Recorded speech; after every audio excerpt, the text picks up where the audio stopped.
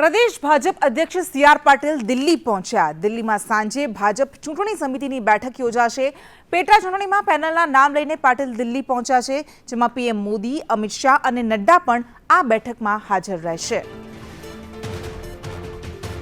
પ્રદેશ ભાજપ અધ્યક્ષ સી.આર. પાટીલ દિલ્હી પહોંચ્યા છે। આ મહત્વપૂર્ણ સમાચાર મળી રહ્યા છે। પેટા ચૂંટણીને લઈને હાલ धमधमाट शुरू થઈ ગયો છે। आगे વધુ विगत साथ संवाददाता अजय यादव अपने साथ जोड़ाई गया है। जी अजय, जो बाय इलेक्शंस होने वाले हैं उसको लेकर अभी दोनों पार्टियां जिस तरह से काम कर रही है, सी.आर. पाटिल जो कि यहाँ के प्रदेश अध्यक्ष है वो दिल्ली पहुंचे हैं और लिस्ट भी साथ में होगी।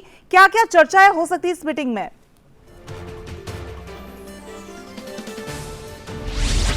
देखिए, आज शाम 6 बजे जो भारतीय जनता पार्टी की केंद्रीय चुनाव समिति की बैठक है वो होने वाली है और प्रधानमंत्री नरेंद्र मोदी के 7:30 बजे आने की संभावना है।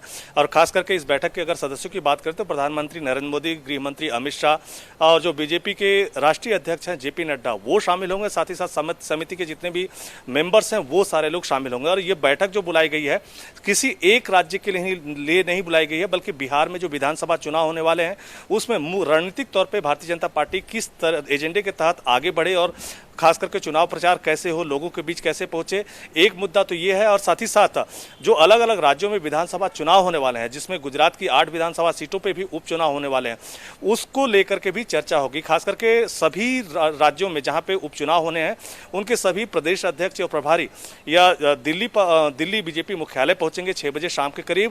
उनकी तरफ से जो नामों पर चर्चा हुई है उन नामों को जो केंद्रीय चुनाव समिति है वहां पर रखा जाएगा। इसके बाद केंद्रीय चुनाव समिति की तरफ से उन नामों पे अंतिम मुहर लगाई जाएगी।